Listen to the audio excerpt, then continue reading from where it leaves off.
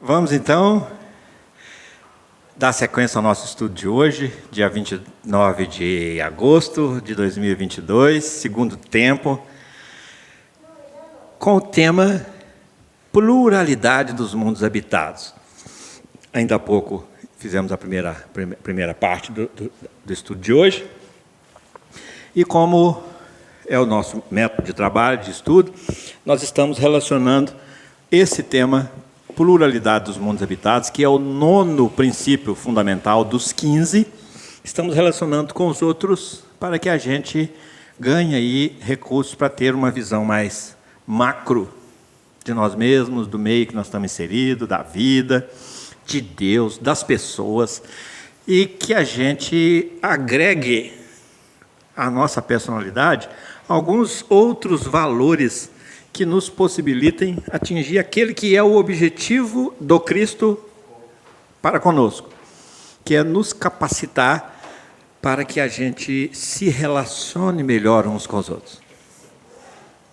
Porque todos os recursos que Deus tem nos enviado por intermédio do Cristo e dos seus mensageiros, todos os recursos têm um objetivo: nos capacitar, nos instrumentalizar para que a gente tenha uma melhor relação interpessoal. Começou com os 10 mandamentos. O Cristo começa a nos instruir com os 10 mandamentos. O que são os 10 mandamentos? 10 comandos para que a gente comece a trabalhar dentro de si o respeito à individualidade do outro. E para que a gente comece a trabalhar dentro de nós mesmos o respeito ao Pai. Porque dos 10 mandamentos, 3 cuidam da nossa relação com Deus. E 7 cuidam da nossa relação uns com os outros. Então é fundamental que a gente aproveite esses recursos que Deus tem disponibilizado para nós por intermédio do Cristo, dos seus colaboradores, dos seus enviados, para que a gente vá agregando alguns valores novos, mais condizentes com os padrões do Cristo, agregando à nossa personalidade, para que a gente consiga externar isso, utilizar isso no nosso dia a dia, em forma de ferramentas mesmo, para potencializar para mais e para melhor as nossas relações interpessoais. Tudo está armado, determinado, sentenciado pelo Criador. Todo investimento é para isso. Sereis reconhecidos como meus discípulos, pelo muito vos amardes uns aos outros. Como é que eu faço isso? Nessa minha ignorância, como é que eu externo isso? Como é que eu utilizo isso no campo da minha convivência? Faça para o outro o que você gostaria que fosse feito para você. Trate o outro como você gostaria de ser tratado. Conduza o outro como você gostaria de ser conduzido. Receba, acolha o outro como você gostaria de ser recebido e acolhido. É a senha. Então, tudo deságua nisso. Esse é o grande objetivo do Cristo para conosco. Por isso ele fala: passará o céu e a terra, mas as minhas palavras não passarão. Enquanto o Evangelho não estiver sido vivenciado, pregado, difundido pelos 4 quadrantes da terra, eu não sossego. É Ele conosco. Ele não sossega, Ele não desiste de nós, Ele não desanima conosco. Ele está sempre investindo em nós, sempre insistindo com nós. E sempre nos dando tantas oportunidades quantas nós necessitarmos para atingir esse objetivo, chamado evolução espiritual. Então essa é a relação do Cristo com o nosso tema de hoje. E quem sou eu? Eu sou um viajante desse universo que tenho infinitas moradas por onde eu vou estagiar e aprender. Não só na terra. Onde é que fala aí, gente? No Evangelho fala. Jesus fala isso? Nossa, mãe. Gente, a gente precisa de dar uma olhada no Sermão do Cenáculo. É o sermão da despedida de Jesus. O sermão do monte é o sermão da abertura, é o sermão da apresentação de Jesus. Jesus fala assim, eu vim para isso. Sermão do monte. Isso está lá nas bem-aventuranças. Nas bem-aventuranças, Jesus vai mostrando para nós os passos, os degraus, a interdependência que existe entre a primeira, a segunda, a terceira, a quarta, a quinta, a sexta, a sétima, e assim sucessivamente. Então, no Sermão do Monte, que é o primeiro sermão, Jesus apresenta a sua missão, se apresenta para nós, diz a que veio, o que ele trouxe para nós, o que ele espera de nós, está tudo lá no Sermão do Monte. Agora, o Sermão do Cenáculo é o último sermão. Termina o Sermão do Cenáculo, ele sai dali durante a Santa Ceia, aquela coisa ali que a gente já conhece, do lava-pés, a traição de Judas, a anunciação, o comer o pão molhado no mesmo prato que Jesus identifica Judas, aquelas coisas que nós pegamos como rituais pela vida afora, completamente destituído de misericórdia, de amor, mas é só ritualismo, só dogmatização que a gente conseguiu assimilar, que nos foi útil até então, mas agora a nossa inteligência não cabe mais. Eu me lembro quando eu era menino, bem criancinha lá em Cuiaté Velho, e sábado, aleluia, eu acordava com os tiros. De manhãzinha, menino, tiro. O que acontecia? Durante a noite, eles começavam a fazer aquela celebração do Judas, saía roubando coisas, assim, confiscando coisas lá dos moradores, e numa praça assim, eles construíam um boneco e botavam lá o Judas. E aí oferecia todas aquelas coisas para o Judas, e depois os donos daqueles bichos, daquelas carroças, daqueles trem, daquelas coisas, propriedades que era confiscada temporariamente, vinha e pegava de novo, galinha, amarrava um bode lá beirando Judas, aquelas palhaçadas. Depois fazia o pasquim saía dali, do Judas, mexia com a comunidade, era até divertido. Mas eu acordava com os tiros. O que eram os tiros? Era os moradores, que antigamente tinha a arma, né? Tinha arma em casa, pegava a arma e ia para lá atirar no Judas. Qual o sentimento que move isso? De ignorância, de incompreensão total, de falta de perdão, de compreensão, de vingança, tudo junto. Então, a gente participou disso. A humanidade, durante tanto tempo, e até hoje ainda participa em alguns rincões aí do nosso Brasil, da nossa Minas Gerais, quiçá da nossa Belo Horizonte, da nossa Contagem, ainda está vivendo esse tipo de sentimento em relação ao Judas, que é o traidor. Quando narra isso para nós, o que Jesus quer dizer para nós? Presta atenção no seu Judas interno, o quanto você está traindo. Se traindo a lei divina, traindo. Onde é que começou isso? Lá nos 10 mandamentos. Não cometerás adultério. O que é adulteração? É a autotraição de hoje. Então, Jesus tem essa função de clarear o nosso entendimento, a nossa inteligência, e de nos conduzir para a quinta bem-aventurança. Bem-aventurados os misericordiosos, porque receberão misericórdia. Não é um processo de troca, é um processo legal, de assimilação da misericórdia como necessidade individual de cada um de nós, sintonia com ela, afinidade com ela e ser atraído por ela. São as 3 leis de sintonia, de afinidade, de atração. Então, todo o investimento do Cristo em nós, aqui no planeta Terra, enquanto estamos aos cuidados dele que é governador desse planeta, e que não somos só nós, ele mesmo falou para nós, olha, ainda existem muitas ovelhas que não estão nesse aprisco, e que no momento oportuno eu vou arrebanhá-las para que também aprendam e desenvolvam e cresçam para que seja um só rebanho, um só pastor. Entender isso, se não está nesse aprisco, onde é que está, gente? Essas ovelhas? Onde é que estão essas ovelhas? Se não estão nesse aprisco, quando Jesus fala, então, dá para caber uma pluralidade de mundos habitados aqui. Então, no sermão do cenáculo, Jesus é o sermão da despedida, e é um sermão triste, apesar de ser muito rico, mas para o coração dos discípulos é um sermão triste, porque era a despedida do mestre. Ele já estava anunciando ali que ele sai da Santa Ceia e vai para o monte, chega lá, ele é preso. Imediatamente, quando a gente sai do capítulo 17 e entra no 18, ele já está sendo preso. Ele sai dali com seus discípulos, vai para o monte, chega lá, aquela dispersão, eles o prendem. E ali começa o processo de sacrificação dele. E ali no sermão do cenáculo, ele fala para nós discípulos dele, eu vou para lhes preparar lugar. Para onde eu vou, vós não podeis ir agora. Ele fala claramente.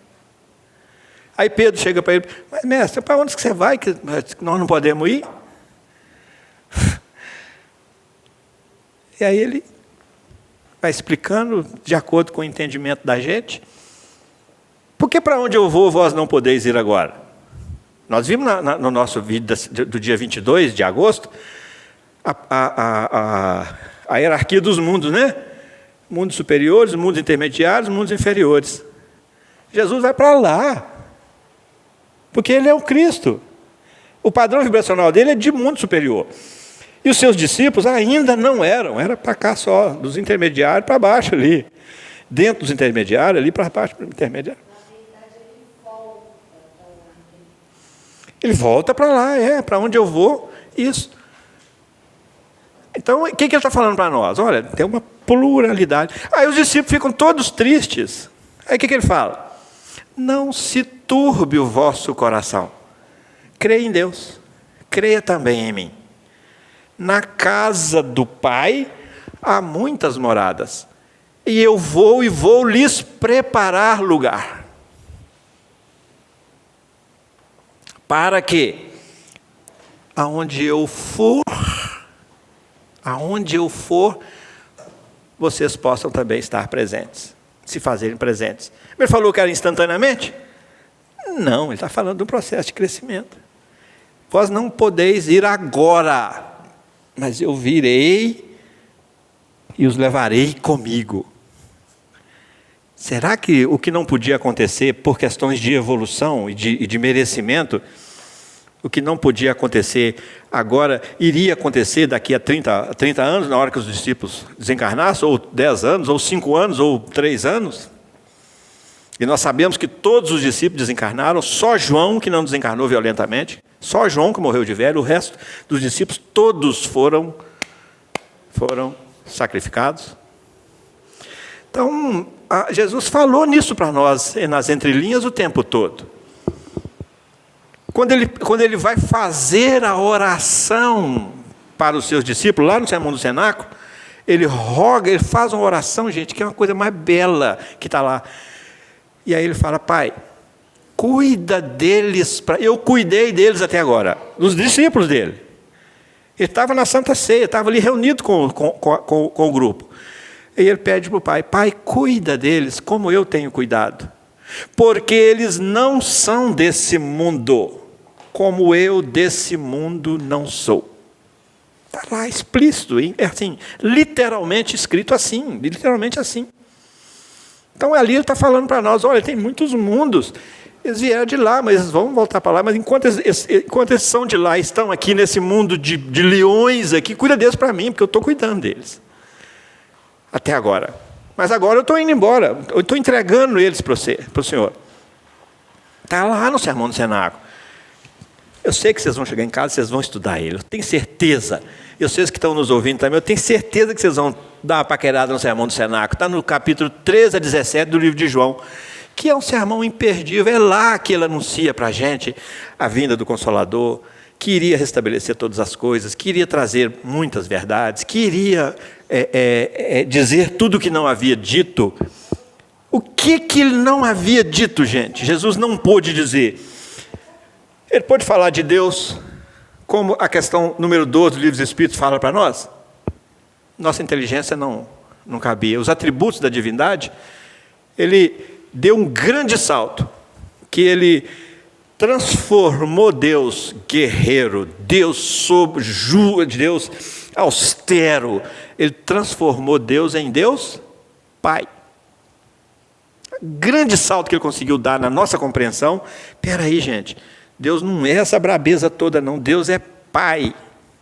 E de Pai a gente entende que a gente tem Pai.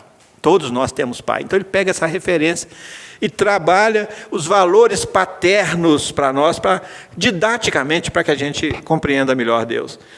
Mas hoje Deus é eterno, Deus é onisciente, Deus é onipotente, Deus é soberanamente justo e bom, Deus é único, Deus é criador. E assim a gente vai entendendo, trazendo para nós um outro perfil divino. Jesus podia ter falado nisso naquela época? Podia, mas convinha? Não, porque nós não iríamos compreender. Por isso é que ele fala, eu tenho muita coisa para dizer para vocês ainda, mas vocês não têm condição de compreender. Mas eu vou rogar ao Pai. Ele não falou, vou mandar não, hein? Mas eu rogarei ao Pai. E ele enviará outro Consolador. Quem que é o comandante de tudo? O Pai. É a inteligência suprema, é a causa primária de todas as coisas, é a fonte, a origem de tudo. Jesus comunga a vontade de Deus, mas a vontade é de Deus. A gente é livre para fazer o que quer, mas a vontade nas nossas vidas é divina, é de Jesus. Nós não somos livres para fazer tudo, para decidir tudo, não somos. Nós temos livre-arbítrio, mas não é absoluto. E o que nós chamamos de livre-arbítrio, muitas vezes, nós o exercemos como libertinagem ainda, pela nossa ignorância, pela nossa fragilidade moral. Então, quando falamos de pluralidade dos mundos habitados e não incluímos Jesus nessa compreensão, já ficamos devendo e muito. Por quê? Porque é ele que vem buscando pedagogicamente inserir a gente nesse contexto de pluralidade dos mundos. Quando ele fala para nós, eles não são desse mundo como eu desse mundo não sou, ele está falando, olha, tem muitos mundos. E ele já tinha dito, há muitas moradas na casa do Pai. Que o Evangelho segundo o Espiritismo traz para nós, no capítulo 3, se não me engano, há muitas moradas na casa do Pai. E a gente ainda achando que só a vida na Terra. E tem muita ignorância, tem muita gente pensando que é o centro das atenções. E que o mundo, que o universo gira em torno do seu próprio umbigo. E que o mundo gira, e que os interesses precisam girar em torno do próprio umbigo. Isso é consequência do nosso orgulho, do nosso egoísmo. É porque a gente se esquece que o nosso umbigo é a nossa primeira cicatriz a nos dizer que para nascer nós dependemos dos outros, de alguém, de um cordão que precisou de ser cortado. Sem ele nós não nasceríamos, nós não viveríamos, nós não teríamos sido gerados, alimentados por intermédio desse cordão. Então o nosso umbigo já é o primeiro ponto de reflexão nesse conjunto de interdependência que nós temos uns dos outros. Nessa maravilha chamada vida, que a gente às vezes leva de roldão, né? Então o Evangelho fala para nós da pluralidade dos mundos habitados, e que agora o Espiritismo vem, no momento oportuno, acrescentar tudo isso aqui Jesus falou. Tudo isso.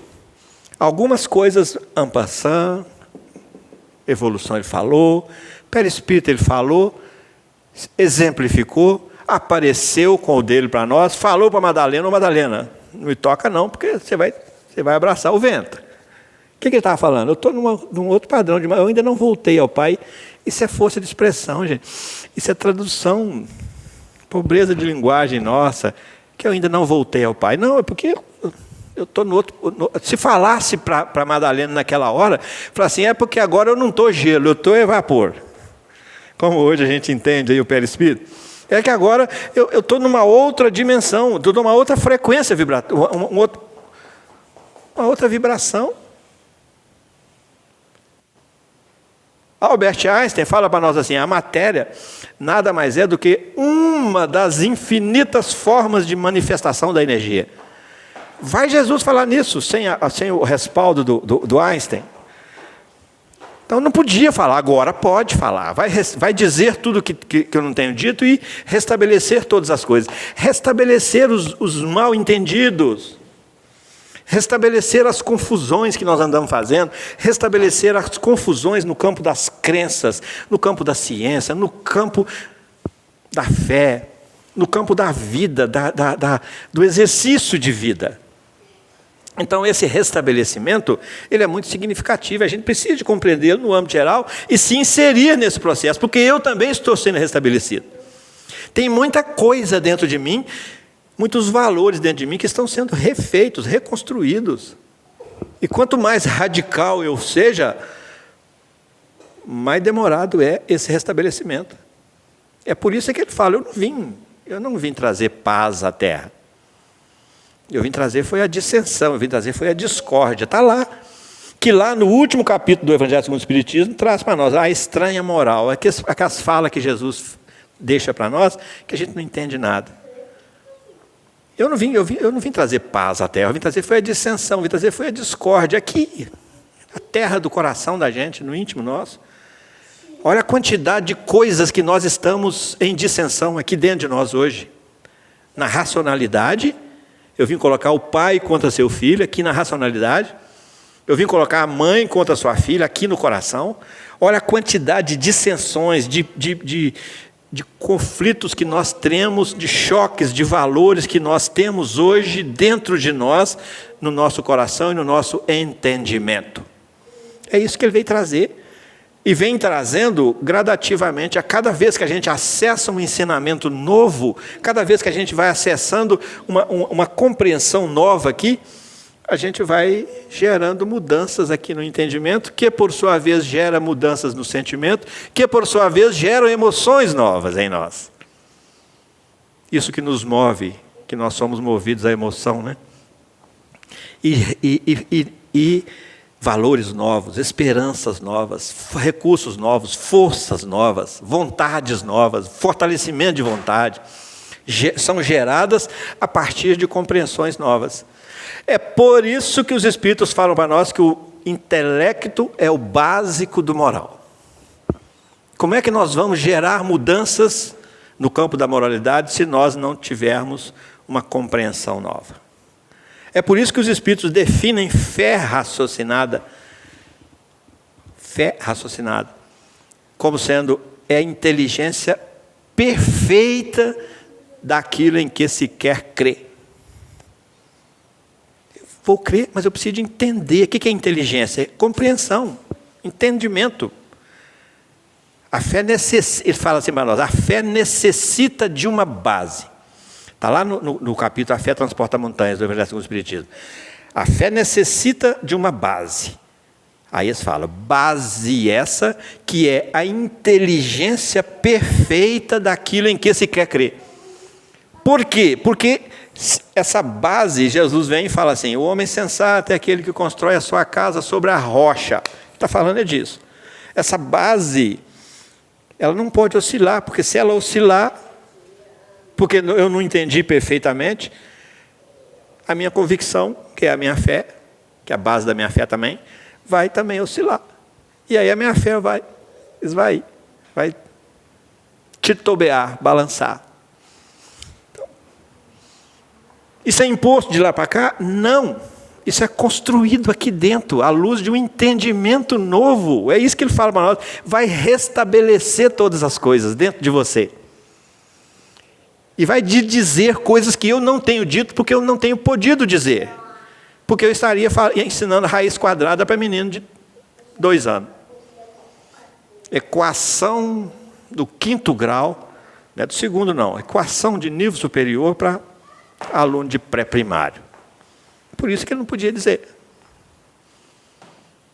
Nós às vezes falamos de coisas profundas para a criança, mas falamos ali na superficialidade. Jesus não pôde passar da superficialidade conosco. Está passando agora, está trazendo isso aqui para nós. Por isso é que a companheira falou para nós aqui. Tem gente que fica ouvindo essa abordagem nesse nível, vai, mas é por isso que Jesus não falou. E é por isso que ainda sempre existirão tantas religiões quantos forem os níveis evolutivos da humanidade. Emmanuel fala isso para nós. Sempre existirão tantas religiões quantos forem os níveis evolutivos da humanidade. Chamando de religião, isso que nós estamos conversando aqui agora, esse patamar de compreensão. Então ele está falando de quê? De pluralidade de mundos. Mundos onde existem humanidades. E mundos inferiores que acolhem espíritos inferiores, humanidades inferiores. Mundos intermediários que acolhem humanidades intermediárias. Mundos superiores que acolhem humanidades superiores. Tranquilo até aqui, gente? Alguma pergunta?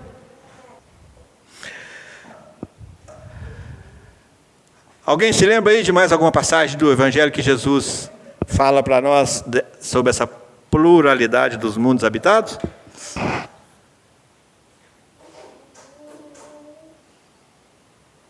Então vamos lembrar de João Evangelista? No início do seu Evangelho, ele vem falando de Jesus. No início era o Verbo, ele vem identificando Jesus. Aí João Evangelista usa uma expressão que nos chama a atenção. Quando ele fala assim, ele é a luz do mundo, veio para o que eram os seus e os seus não o reconheceram. E a luz se fez no mundo e os homens não viram essa luz. Lembra dessa passagem, desse início do Evangelho de João? Aí João usa uma expressão assim, antes que o mundo existisse, ele já era, do verbo ser. O que ele está falando para nós? E o mundo foi feito por ele, e tudo foi feito por ele, e sem ele nada do que foi feito teria sido feito. Está no início do Evangelho de João. O que ele está falando para nós? Que o mundo foi feito por ele. Então, o Cristo, antes do mundo, planeta Terra, que tem aproximadamente, segundo a ciência, 4,5 bilhões de anos, antes dela existir, ele já era o quê? O Cristo. Comungando com Deus a habilidade de construir mundos. Já colocando a sua habilidade, a sua criatividade, comungando essa criatividade com o Pai, cumprindo os objetivos, os desígnios do Pai, que é arranjar morada para as humanidades. Que morada? Terra. Terra escola, terra oficina de trabalho, terra hospital, terra morada, terra cabana, terra palácio, terra... Aí é com a humanidade. Antes que o mundo existisse, ele já era. Ou se ele já era, ele tinha um lugar para estar. Se ele já era, ele fez uma trajetória evolutiva, porque Deus é soberanamente justo e bom, e de forma nenhuma iria criar o Cristo daquele tamanhão, iria criar nós. Batatinha, quando nasce, se esparrama pelo chão aqui embaixo. Não ia. Por quê? Porque ele deixaria de ser Deus, aí ele perderia a sua soberana justiça e bondade. Privilegiou alguém, então não é Deus. Então, a gente há de convir que os Cristos também tiveram a sua trajetória evolutiva. Tranquilo isso? Está compreendido bem isso? Por isso João fala, antes que o mundo existisse, ele já era. Então ele já passou por essa fieira de mundos, de experiências em mundos escola, mundo oficina. Meu pai trabalha sempre e eu trabalho também. Oficina de trabalho. Porque ele internalizou em si o senso de utilidade que é o trabalho. O trabalho é toda e qualquer ocupação útil. Tá bom, e eu? O que eu faço com isso? Com esse entendimento? Vamos nos perguntar assim, o que eu estou fazendo com o meu tempo? que eu estou fazendo? Que utilidade eu tenho dado ao uso do meu tempo? Estou trabalhando? Será que eu estou trabalhando? Sempre. Meu pai trabalha sempre, eu trabalho também. Agora, se há muitas ovelhas que ainda não estão no meu aprisco, eu tenho um trabalho para fazer com elas, eu vou arrebanhá-las. Essas ovelhas estão aonde? Tem que estar em outros apriscos, em outros pastos, em outros currais, em outras pastagens. E essas pastagens são os vários mundos.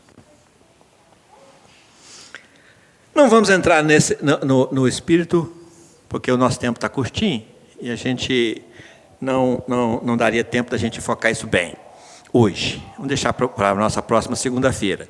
Mas vamos lembrar que mundos são criados para acolher espíritos. O mundo tem um objetivo específico.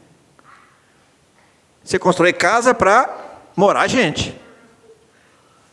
O Pai, o Criador, constrói mundos para educar, desenvolver, evoluir espíritos.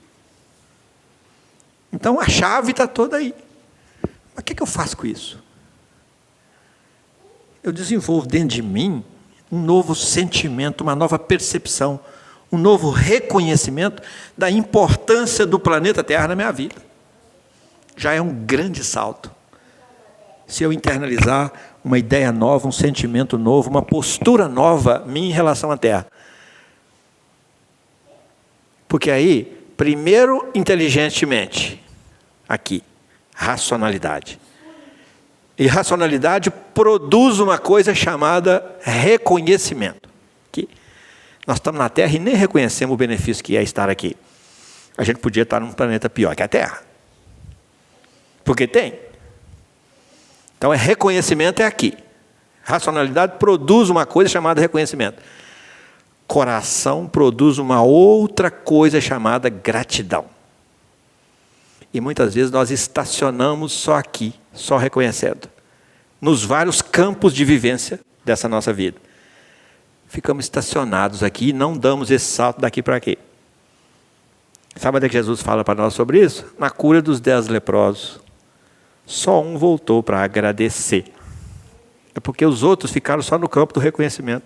Nossa, como Jesus é bom, como Ele é poderoso, como ele faz milagres, como Ele cura, como foi bom, Ele nos curou. Mas um falou, eu também quero ser curador. Vou colar nele. Eu vou voltar. Eu vou colar nele, eu vou seguir ele agora. Os outros não, seguiram a sua vida. Ficaram só no reconhecimento. Aquele um, só aquele voltou para agradecer. E olha que Jesus chama a atenção nossa que aquele era samaritano. Samaritano é aquele que nós discriminamos. Discriminamos por quê? Porque não comunga a mesma religião que nós. Os mesmos valores, os mesmos costumes, a mesma cultura. Não tem o direito de rezar no nosso templo, no templo de Salomão. Não tem. Se tiver que construir um templo para ir lá no monte. E Jesus, no diálogo com a mulher samaritana, esse assunto vem à tona. A mulher pergunta para ele, mas vocês, israelitas, os judeus, dizem e acreditam e dizem que é no templo que se ora, que se deve orar? E os nossos pais nos dizem que é no monte que se deve orar. Como assim? Aí Jesus fala assim, dia virá, e esse dia já está chegando, em que o Pai será adorado não no templo e nem no monte, mas o Pai será adorado em espírito e em verdade. São as mudanças que a gente vai promovendo em nós. E às vezes a gente fica discriminando aqueles, aquela facção, aquele núcleo religioso, aquela escola religiosa, a gente fica discriminando. Jesus fala para nós, e olha que esse é samaritano. Samaritano era aquele que era discriminado pelo judeu.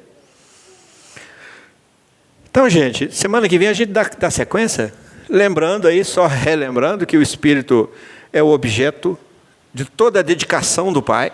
na criação dos mundos. Cria mundo é para espírito desenvolver nele, evoluir nele.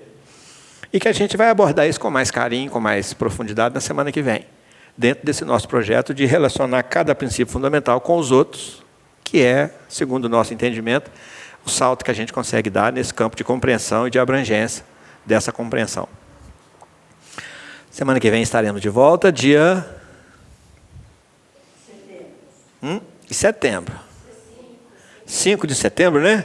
Dia 5 de setembro estaremos de volta, a próxima segunda-feira, onde nós relacionaremos esse princípio fundamental, pluralidade dos mundos habitados, com os demais, espírito, perispírito, evolução, e vamos seguindo, até fechar.